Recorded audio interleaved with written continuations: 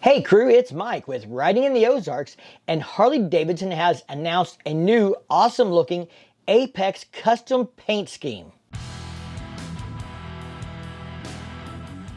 Yeah, so August 5th, Harley Davidson debuted this new custom paint scheme at the Harley Davidson rally in Sturgis. They actually rolled some bikes off the truck there at Sturgis with this new paint scheme on it. Now this paint scheme is not available on all models, but it is available on multiple models. What we're looking at here is like the Road King Special, Street Glide Special, Road Glide Special, the Ultra Limited, and the Road Glide Limited. And that's it. And on the Street Glides and the Road Kings, it's only for the special models. No ST models, no standard models. Now you can get it with the chrome or black trim. And on a Road King, you're gonna find it's gonna run you a little over $2,000. On the Street Glide and the Road Glide, you're looking at closer to $2,300. And on the Ultra and the Road Glide Limited, you're looking at more like $2,400 for this extra paint scheme. I do want you to know that they make some custom fenders that match this. So if you want a wraparound fender or a fender for a 21-inch front wheel, things like that, you can get it in the Apex paint scheme and have a custom fender, but you're gonna pay about $600 to $900 to choose, depending on which fender you choose if you go that way.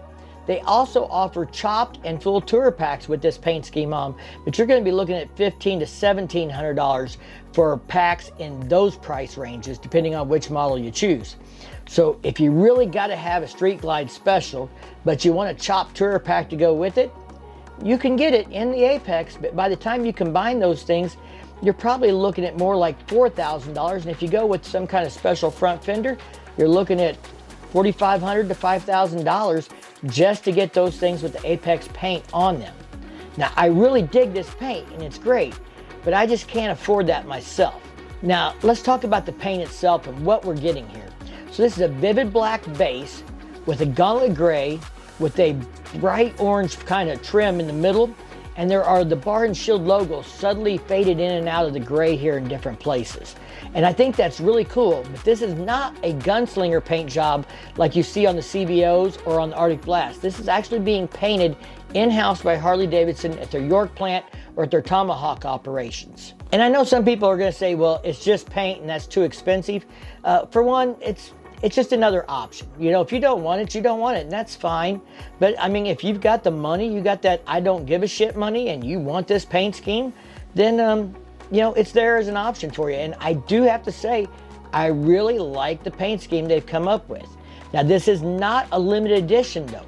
You can order it on any of those models I talked about between now and the end of the year for a 2022 model. Whenever they cut off ordering 2022s, who knows? But it says in the press release that will be available on 2022 Grand Touring models that, you know, are the ones I mentioned earlier. Now, I know we're all still wanting an Icon model, we're wanting a Bronx, we're wanting a Pan American 975, and we're wanting a Revolution Max bagger. But with the supply chain issues being what they are, with the factory having already been shut down for 2 weeks this year and having to catch back up on production, I think those things are going to be slow to come. Some of them probably will not happen before next year at the earliest. They haven't even been teased by Harley Davidson yet. I'm not sure that the supply chain issues are going to get any better through the remainder of this year. I expect we'll continue to see low inventory on the floors in early 2023 as well. Maybe if production and supply chain issues get better, inventory will pick up by this time next year, but I think the demand is high enough that they're going to have a hard time filling orders. As I understand, there are certain models the dealership can't even order to have on the floor to sell as dealer inventory. They're only taking orders for them as customer orders. Have any of you guys seen a lowrider ST on the floor waiting to be sold that wasn't ordered by someone already in advance? All right, guys, leave me a comment down below and let me know, what do you think about this new Apex paint job? Do you think it's too much money? Do you think it's okay that it's an option for the people that have that kind of money? Or do you just not care for it at all? And I kind of thought it was cool that they rolled it out at Sturgis. They used to launch new bikes at Sturgis, and they quit doing that, but I thought it was cool that they did launch something at Sturgis this year.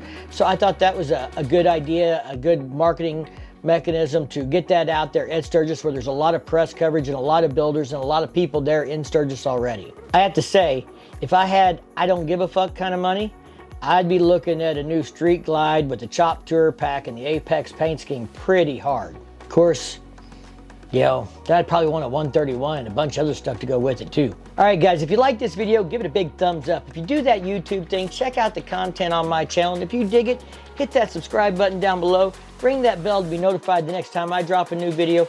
And as always, y'all stay safe, keep on riding, and we'll see you in the next one.